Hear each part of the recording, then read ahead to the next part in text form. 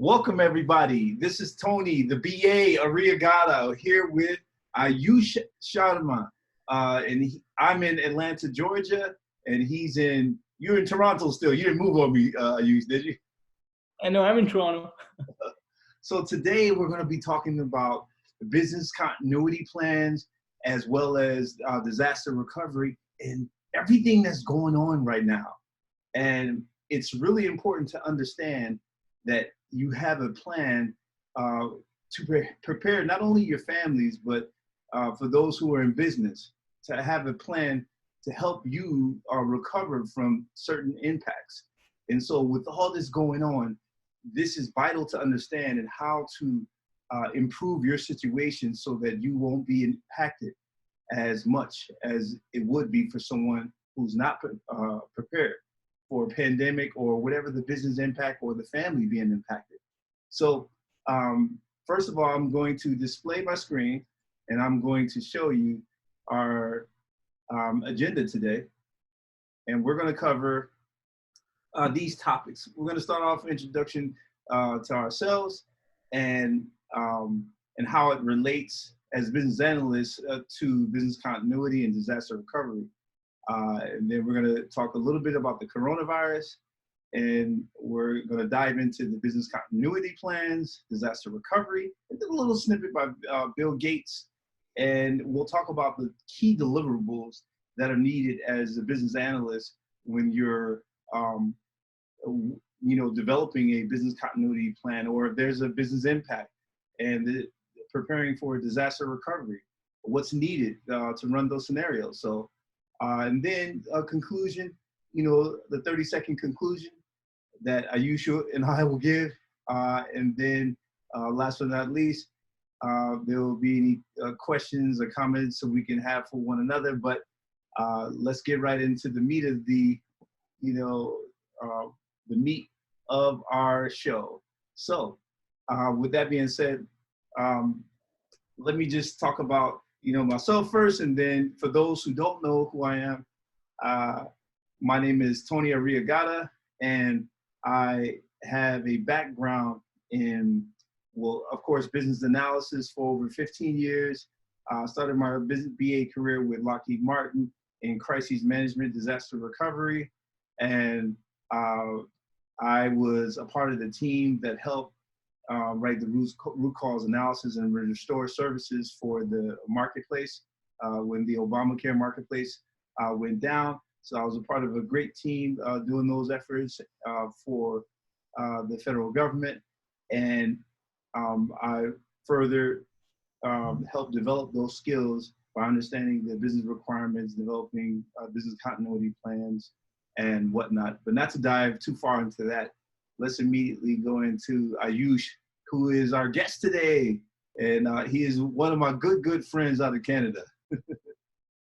Aayush, can you give us a high level on your background?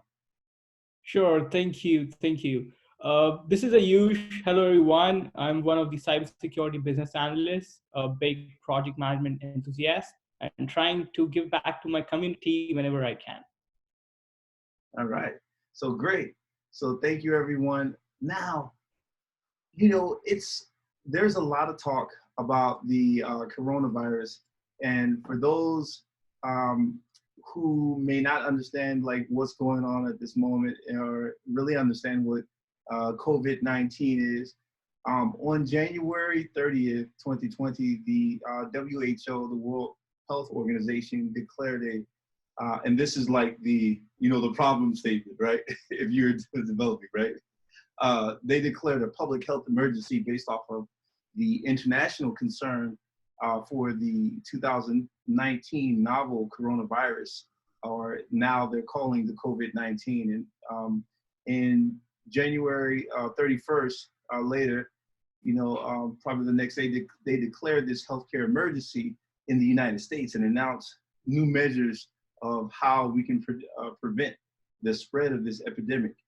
And this originated in the mainland of China, which has demonstrated that it spread globally after this. So while supporting, the other government agencies across the world about this threat, you had the U.S. government or the Air Force, they're responding, and different factors of like CMS and HHS all working together cohesively to try to mitigate this, issue and to help us stay prepared for these type of outbreaks and health concerns.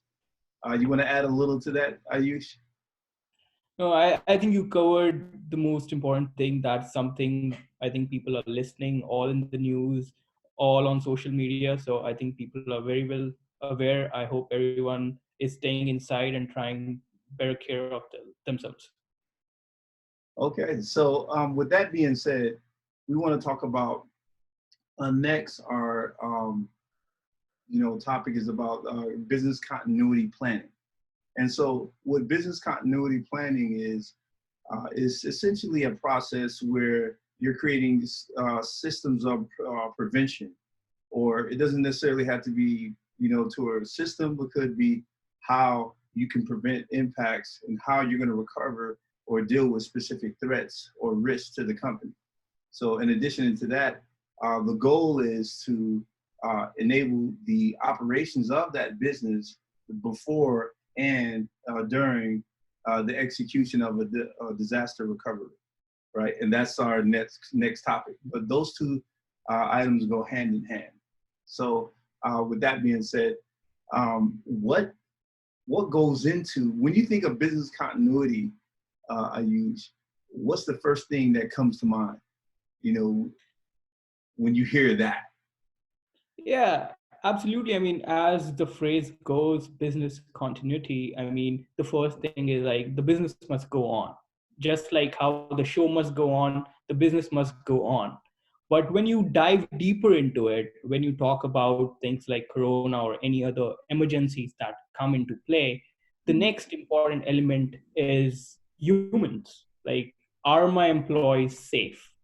Are they able to do what I expect them to do?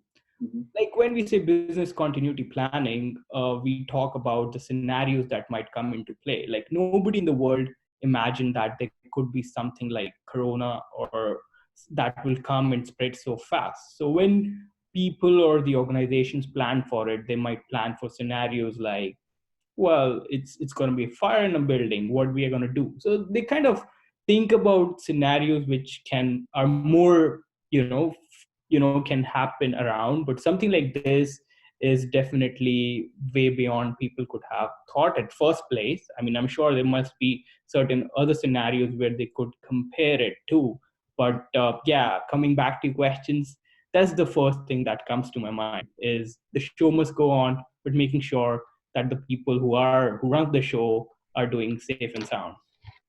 Mm. And you're right, and it's really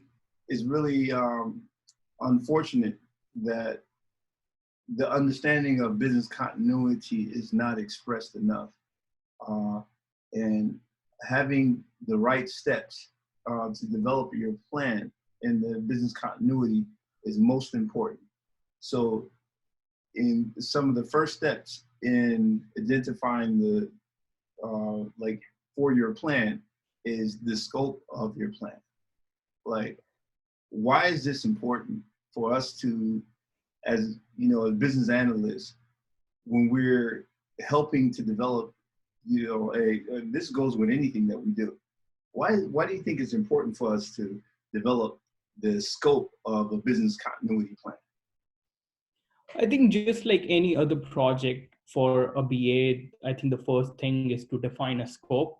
If we talk about the terminologies, we are always looking for things like, oh, is it going to be scope creep or is it going to be a gold plating, those kind of scenarios. But when it comes to like business continuity, I mean, you need to know, okay, I need to make sure that this firm works fine if something happens. But we also have to know that, okay, am I just focusing on Toronto branch, or am I looking at other regions, or how it's going to play? And I know the next topic you might be coming up is to have the team selection. But again, yeah, I think scoping is really important to know what actually I'm going to work on, or what should I include when I look into the other details, or my questions, or the other analysis side is all based on what I'm going to do.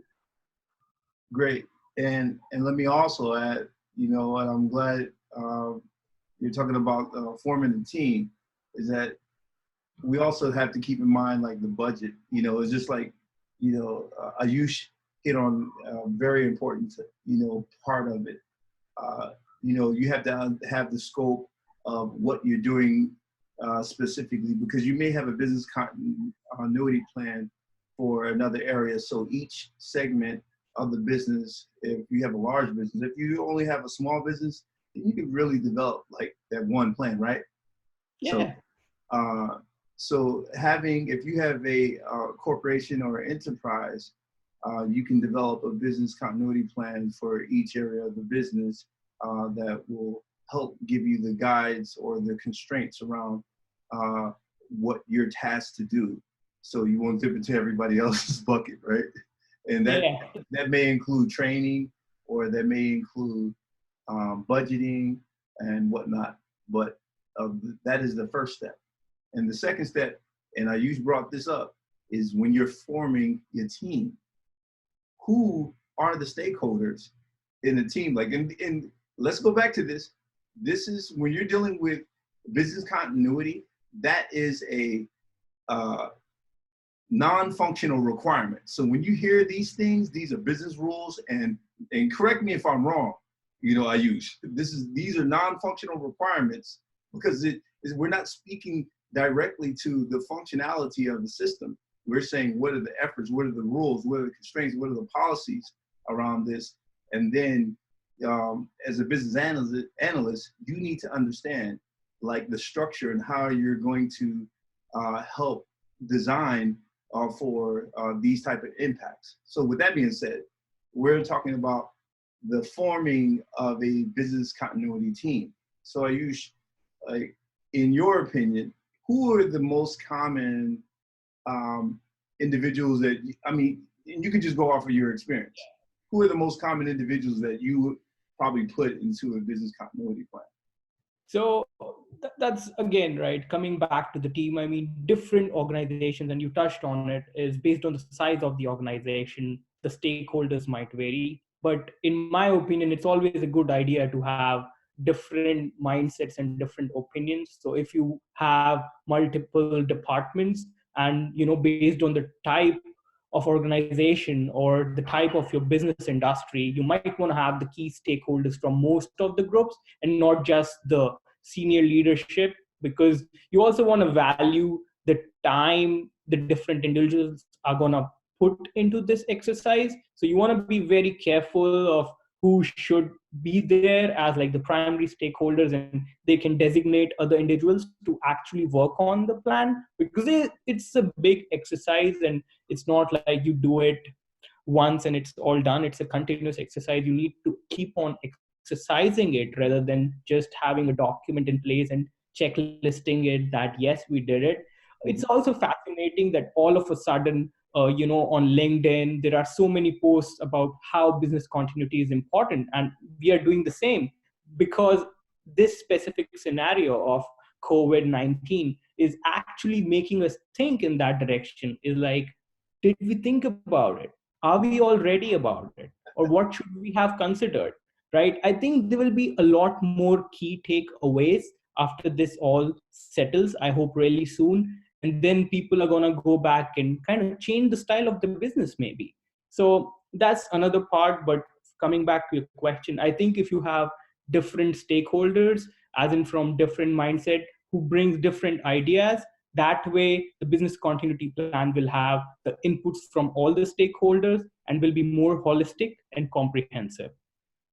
Excellent, excellent. Well said. And even on my end, from the experience that, I'm bringing to everyone in the public, Ayush and I, it's very important to understand like your stakeholders, who's going to be involved. Because if it's more specific to a system, like who all supports that system. So you have to have that mindset, okay, who is it impacting? Who's involved, or who, would, if they it may be indirect or directly involved, whatever that impact is, you need the core team that actually works on that system and someone to actually test that with you, who may be a user. So whoever the SMEs are for the system is very important to know your team. And when in my past, working with the different entities, we were dealing with vendors who supported different systems. They were outside of, so we had to orchestrate that in a way where, of course, and Aayush and I are talking about this, understand that you have to develop a list.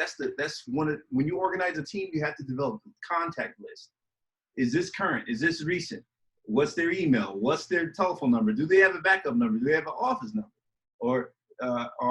And also, you have to understand what times of day can you contact them, at this number, but at least give us the emergency number that if we need to contact you, you will pick up this phone. That's the reason for having this business continuity plan. Absolutely. And then going into our next steps, in actually conducting the business impact analysis. Now, this business impact analysis is, how can I explain this? This is when you can conduct the investigation or the crucial sense of, what are the results of this, the major input for the business continuity planning. So what I'm saying is that what can you predict or forecast for the potential impacts or, consequences that may impact the business operations. So, and then with that being said, like, what do you see this, as far as a BA, like, what do you see a BA doing when we're conducting a business impact analysis? What are some of the things that you would think of? I think the first thing, usually BAs ask all the right questions. I mean, that's how they should think that, every question is important. And as you mentioned in the business impact analysis, I think the most important thing is to ask a lot of different questions. And one of the question might be is, what are the assets? And what are the assets, as in each different group might have something they value more than something else.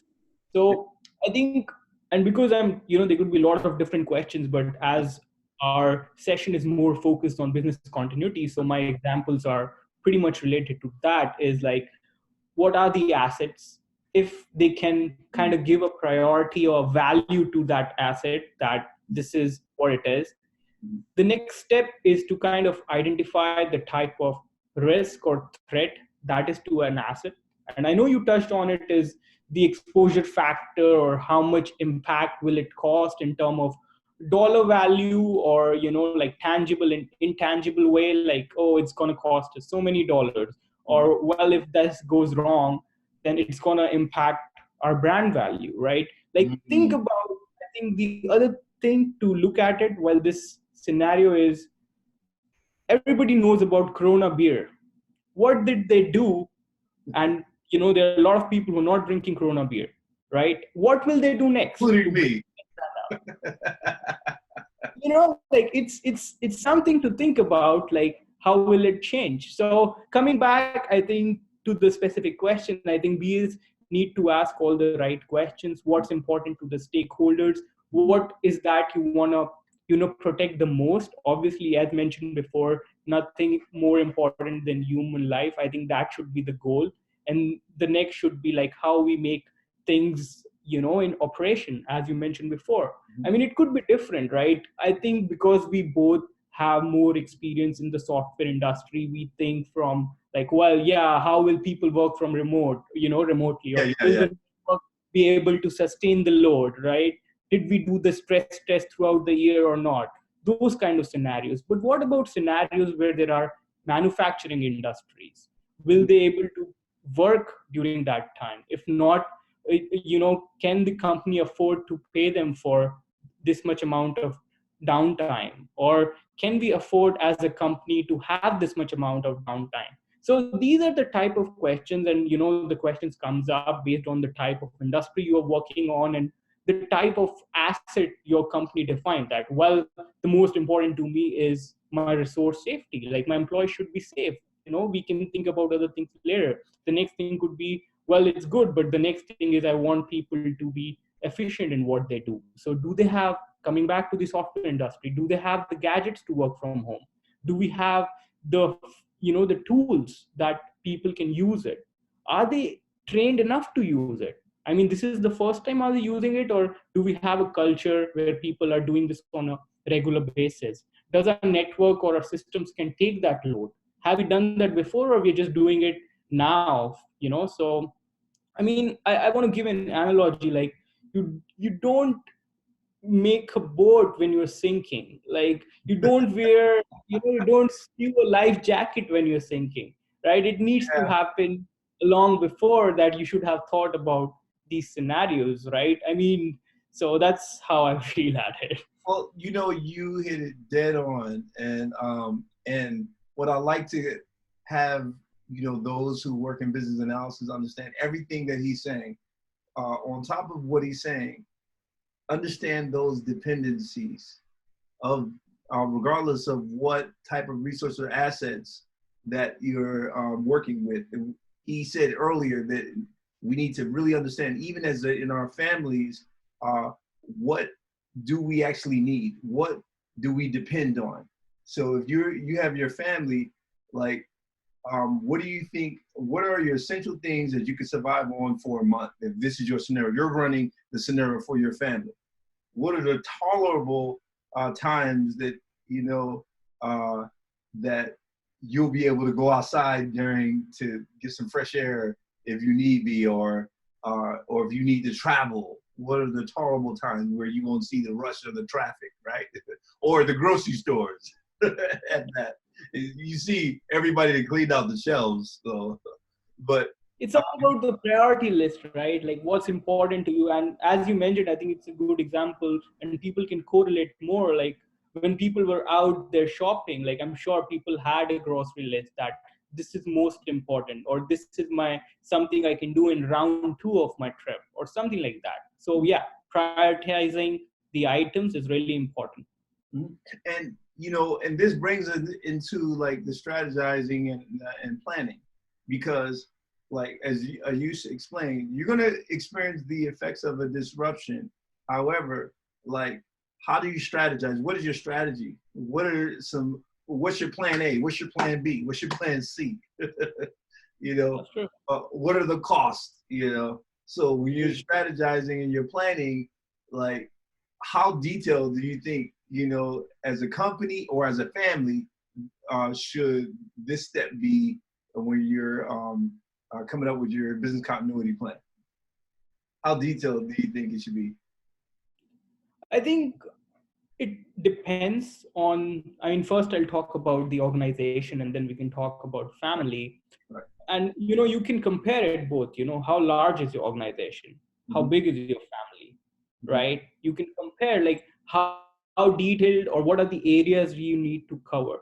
So when I talk about a large organization, I mean, it's not like you start and, you start from a very high level plan, and then that will derive some action items. When you talk about different groups, people might assign resources that, okay, you work on this tactical plans, and then you go and, just like how a work breakdown structure, right? So you start with something big, you Hold on. start digging, you're like, By the way, for those who don't know what the work breakdown structure is, that's a project management term. Go ahead. yeah, go ahead. Google that. So basically you define something at a big level, and then you start dividing into chunks, and, divide and conquer, basically, like, till you find that, oh, it cannot be divided anymore. So you start with that holistic plan, and you can keep on going, dividing it based on the size of the organization. The other thing to keep in mind is, which you mentioned before, is budgeting, right? There are different size of the organization, and there are different number of resources available for such exercise.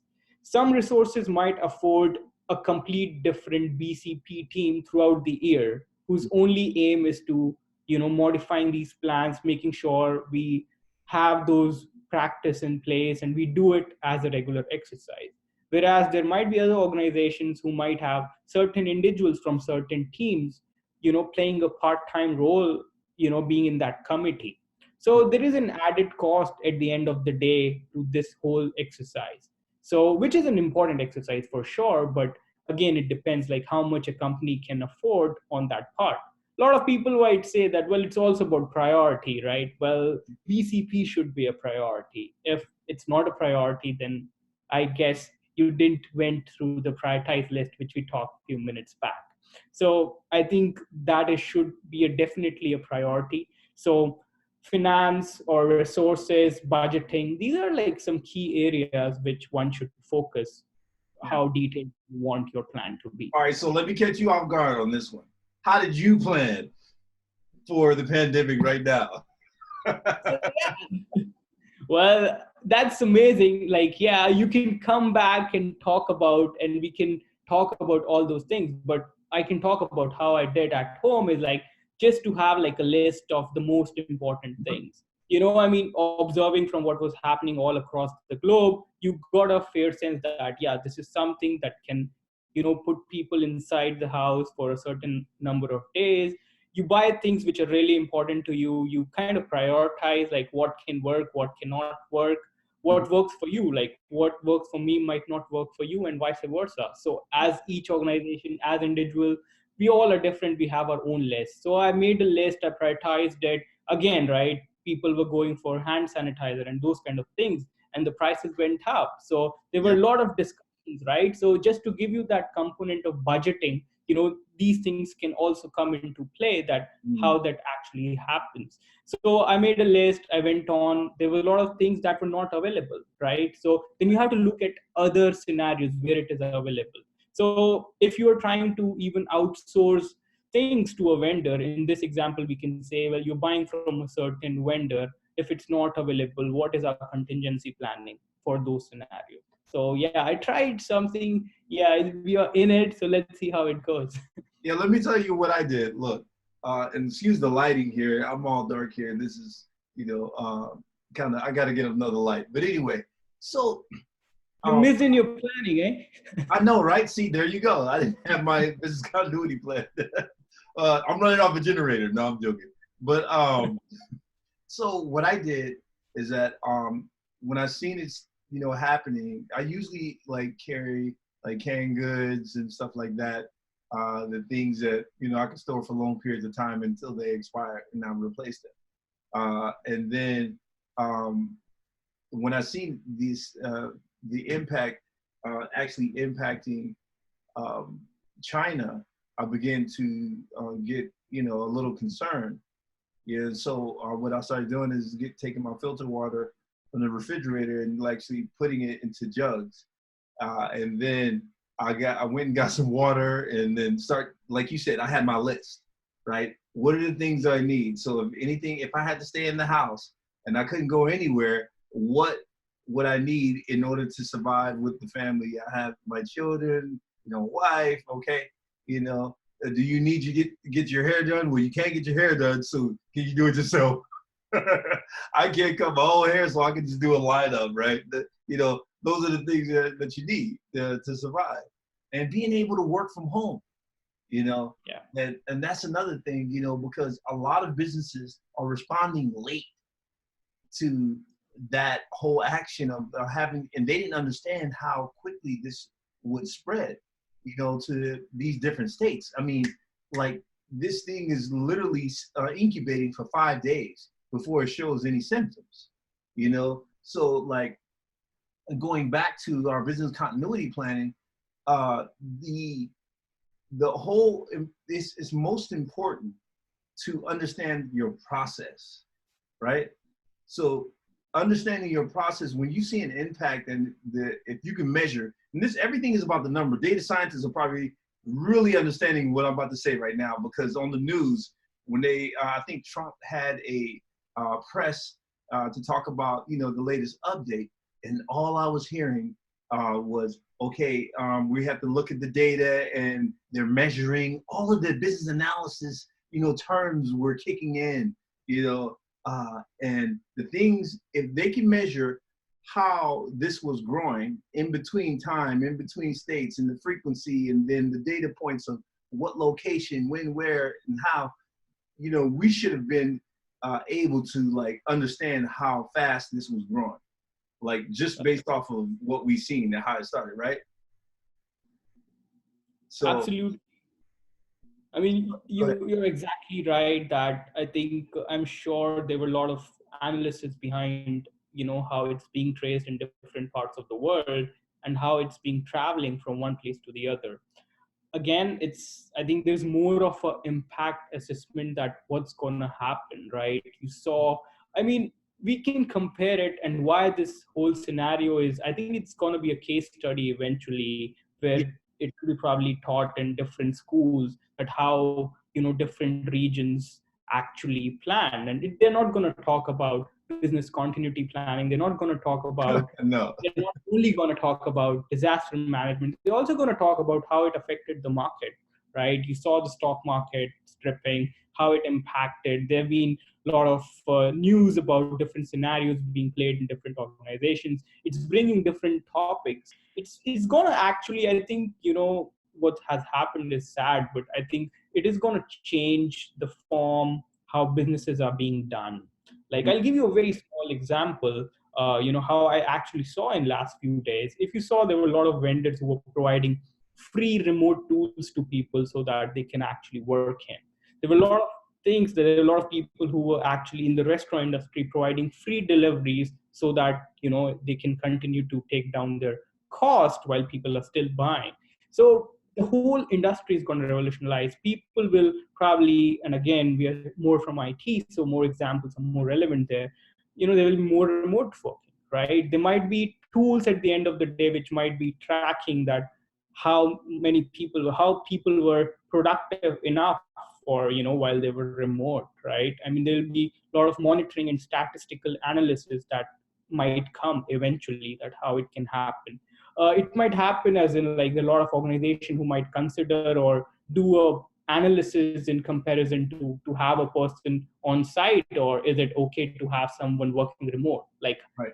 does it cost, how much does it cost me to have him on a cubicle, or if I just give him a laptop and if he or she can work remotely? So it's going to change the way things were like this, and it's also going to raise some really important questions. And as I always bring the user and the human component on things, being a business analyst, is like, it's going to raise questions from the employee side when they're joining. Like, in scenarios like these, probably I think HR needs to be prepared for questions like these. Like, okay, what is a contingency plan and things like this? What is my flexibility or work life scenarios in such scenarios? Like, if there have been schools closed for weeks, how are organizations going to cope up with this, even when it goes away? So I think it's going to change a lot of things. Yeah, and you actually covered a little bit of the documentation and as well as the implementation of the business continuity plan, because like in understanding your once you understand your strategy and planning, now it's time to actually document that information. And so all of the things that we discussed, you would actually implement it by testing like this scenario. And so you have where Aayush is talking about the scenarios that need to be tested. Okay, so say if it's a chemical, say if it's an earthquake, say if the water's out or the power's out, what is your contingency plan on that? How do you recover from these such things? And then there's some adjustments, improvements that you can do from there. But not to go deep diving into that, I wanted to go immediately into our next topic, which is disaster recovery. Now, disaster recovery, I know you heard us talk about the scenarios, right? Now, the disaster recovery, it goes hand in hand with the business continuity plan. Can you kind of give us a high level brief, high level of a business disaster recovery? What is that? What is a Sure. DR recovery plan? Or Yeah. that I mean, yeah. I mean, I feel sometimes that we as individuals or professionals, we get so deep into the buzzwords as like, oh, do you have a DRP or a disaster recovery plan, or do you have a BCP or business continuity plan? And we sometimes fail to question the fundamentals, like what's the difference, or does it even have a difference, or what do I need to do? And based on IT, they have their own incident response plan, and there is crisis management, and people are mixing it up, and how does it work? Yeah. Yeah. And so that raises some important questions, that how does it differ, or do I even need to worry about the terminologies? Mhm. I mean, as mentioned at the start, the most important thing is the show must go on, the business must go on. People try to differentiate between business continuity and DR a lot, but there isn't much of a difference, and I don't think you should actually differentiate it, because at the end of the day, it's not by the number of things that were gone down or something as that. But if I have to give a different analogy, it's more like business continuity is more like any scenario or incident that happens is the quick, calm, and the most efficient response you can give the sooner to get things work into place, at least get it operational. Mhm. Whereas disaster recovery is something that has happened, and now what do you exactly do? And when you look at different scenarios, you have to look at disaster management, and there might be another committee which is different from a business continuity committee, which might come like this as we come into play. But if I have to say, I think a lot of times it's the terms that confuse people, but at the end of the day, the end goal is the humans should be safe and the business must go on. Exactly. So, and with that in mind, I wanted to, because I wanted to show like a video clip, and we're not gonna dive deep into it, but we're gonna talk about the requirements behind that after we show this video snippet. I want to show this video snippet that you're going to watch with Bill Gates talking about, this is his TED talk that he had 4 years ago, talking about the same scenario, right? And I just want to show you a quick clip of where he he wraps up his explanation about, okay, how did those teams deal with the epidemic that occurred with Ebola in West Africa, and how they prevented that from going to the urban cities. And it was really out of luck, how he explains in the video. You can YouTube this, but he went on with his explanation saying, okay, now just think if that was not contained, and then it was like spread all over the world, and every scenario that you are dealing with, you have to deal with what type of impact you're dealing with. So if biological, or if it's a microbe or whatever the germ is, if it's very contagious, if it's something that can incubate for 5 days, and you're going on the plane and you're doing all this, he goes into this explanation, and then where he talks about how fast it was spread, and he uses 1989 scenario, 1918 flu. That he's doing a germ warfare. You know how they used to play war games? He's like germ games. So running a scenario, if everyone had the Spanish flu, how long would it take the whole entire earth, and how many deaths would occur from this epidemic? So let me take it back to this video, and I'll let Bill take it from here. Give me a second here. Bill, I'm queuing you up, Bill. Okay, hold on. All right, so let's share this video. All right, everyone. Here we go. Let's play. That was just luck. If it had gotten into a lot more urban areas, the case numbers would have been much larger. So next time we might not be so lucky. This is 4 years ago. You can have a virus where people feel well enough while they're infectious that they get on a plane or they go to a market. The source of the virus could be a natural epidemic like Ebola, or it could be bioterrorism. And so there are things that would literally make things 1,000 times worse. In fact, let's look at a model of a virus spread through the air like the Spanish flu back in 1918. So here's what would happen. It would spread throughout the world very, very quickly. And you can see there's over 30 million people die from that epidemic. So this is a serious problem. We should be concerned. But in fact, we can build a really good response system. We have the benefits of all the science and technology that we talk about here. We've got cell phones to get information from the public and get information out to them. We have satellite maps where we can see where people are and where they're moving. We have advances in biology that should dramatically change the turnaround time to look at a pathogen and be able to make drugs and vaccines that fit for that pathogen. So we can have tools, but those tools need to be put into an overall global health system, and we need preparedness. The best lessons, I think, on how to get prepared are, again, what we do for war. All right.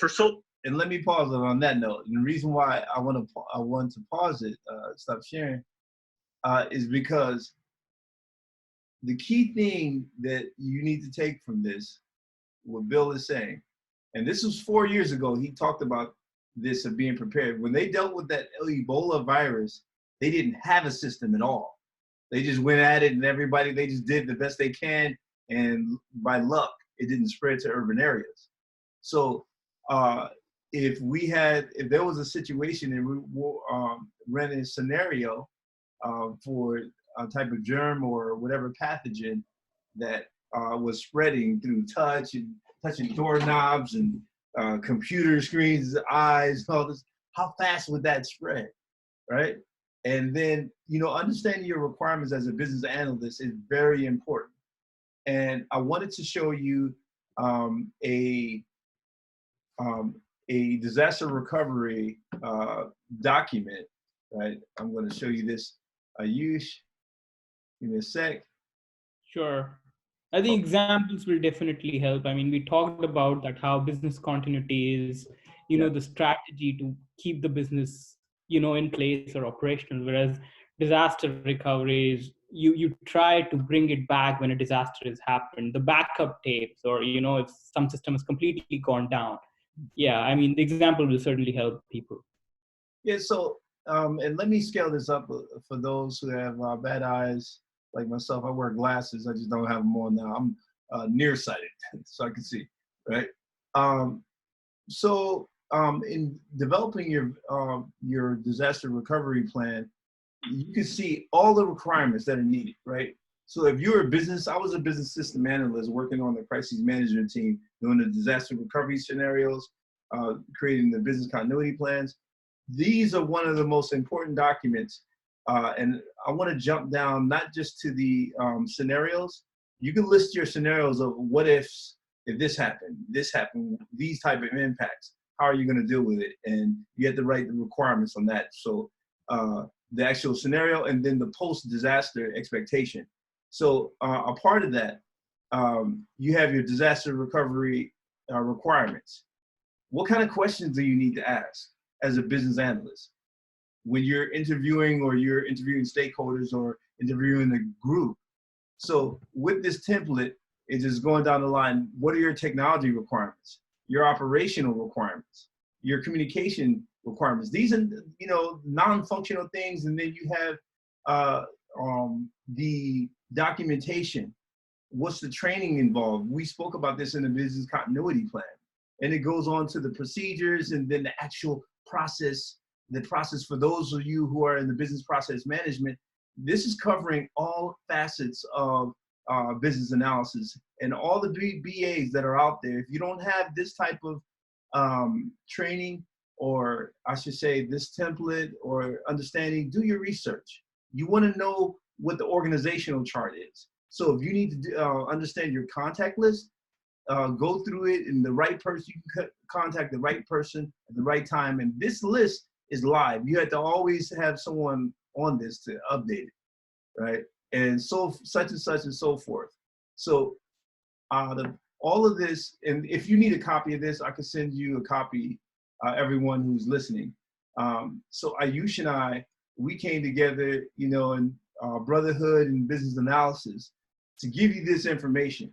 And the importance of having a plan for your family or for your business is vital.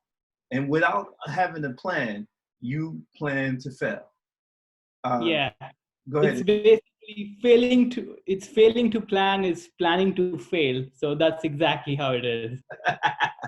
Bloody the bell. So, and lastly, Aayush, what are some of the deliverables that you delivered in the past when developing these, business impacts or anything in the realm of, business continuity?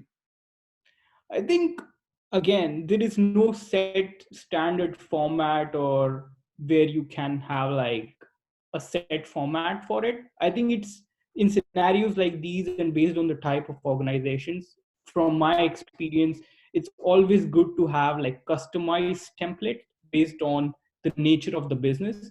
I mean, again, there are certain elements which will stay common as most of your other documents, just like you mentioned about the contact list or the stakeholders, or like what's the goal, what is having those main criterias as like the downtime shall be this much, or identifying those specific things.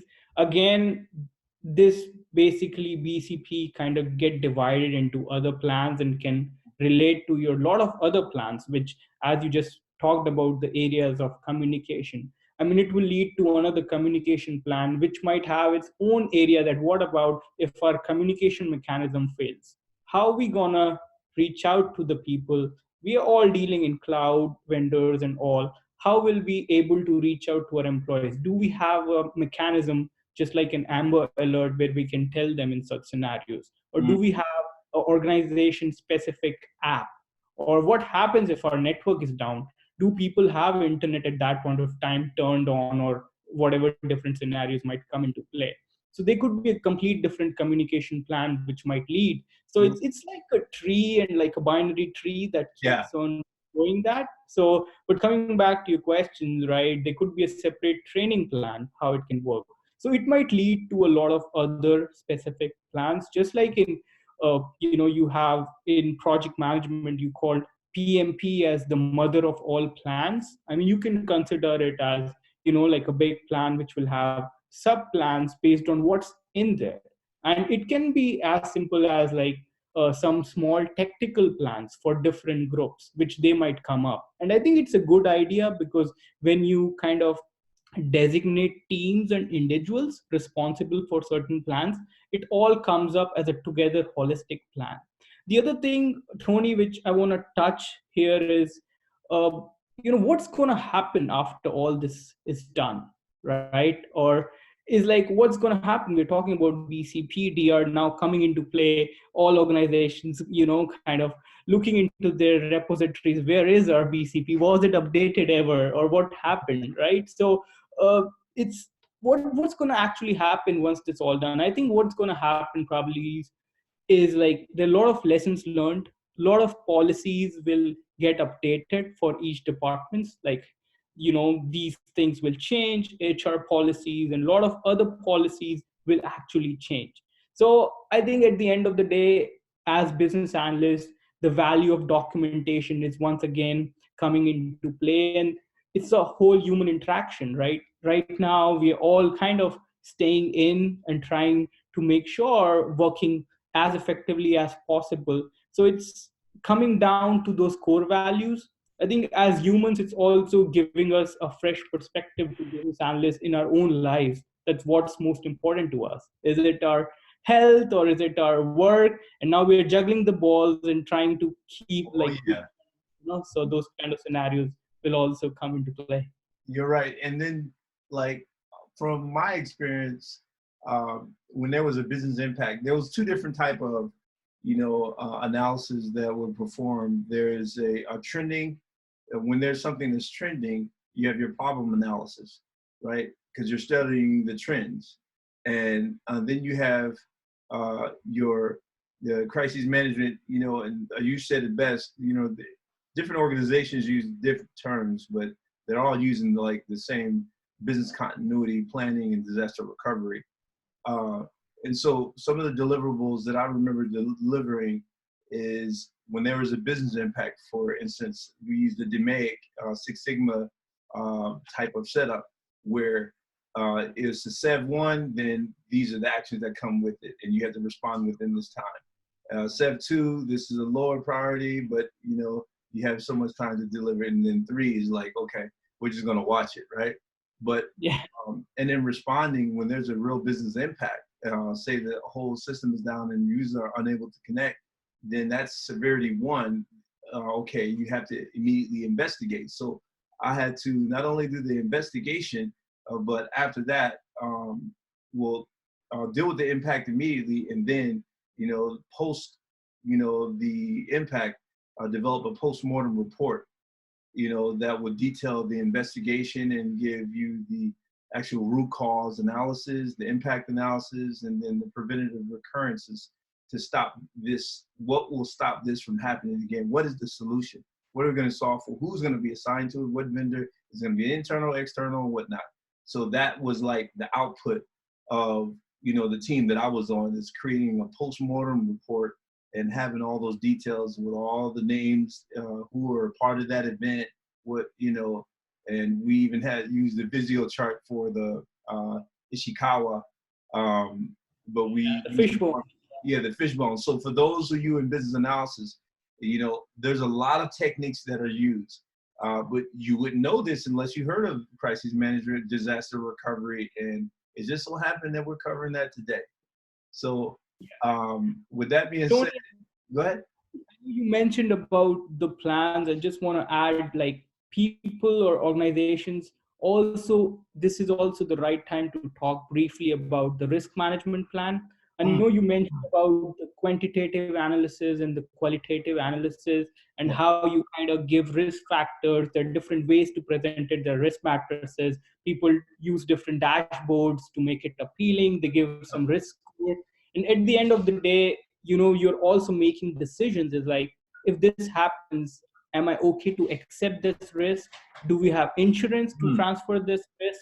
Or is it just like, what's actually, or do we have a risk mitigation strategy? So just want to touch briefly, because a lot of times when you talk about business continuity, disaster recovery, I mean, I'm sure risk management, as we were mentioning, is probably one of the plans. You're right, because it could be some avoidance to that as well. So whatever the case, I'm glad you brought that up, because if you're going to break up a risk, there's a saying that my old, director used to tell me. He said, "Don't bring me a problem if you don't have the plan to solve it." Right.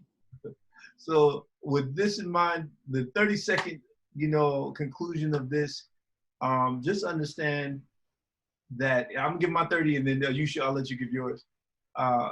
What we need to understand as business analysts, that business analysis is not just a role anymore. It is a skill set.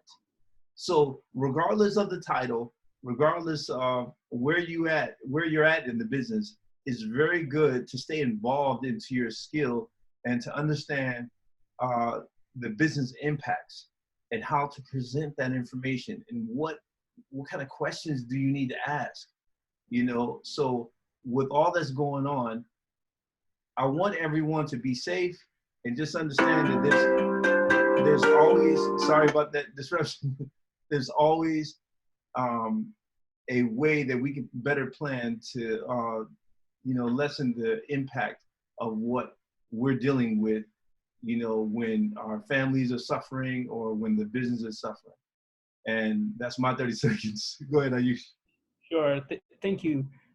So I would just summarize, like, be it business continuity planning or disaster recovery, the most important thing for the people who are watching this is how you can use your business analysis skill to have that strategy in place, to have that documentation in place. You can use all your different techniques and all your other plans in place, and make sure that your organization comes safe and sound from all of this, and you make sure that this happens as a regular exercise. But keep in mind, the most important thing is all the humans, all the employees are safe, and yes, the business must go on. There you go. So there you have it. This is the BA Shop Talk for the everyday BA. And Aayush, I'm very glad to see you. And, I still owe you a visit, but it's maybe going to be like, later this year. Yeah, Tony.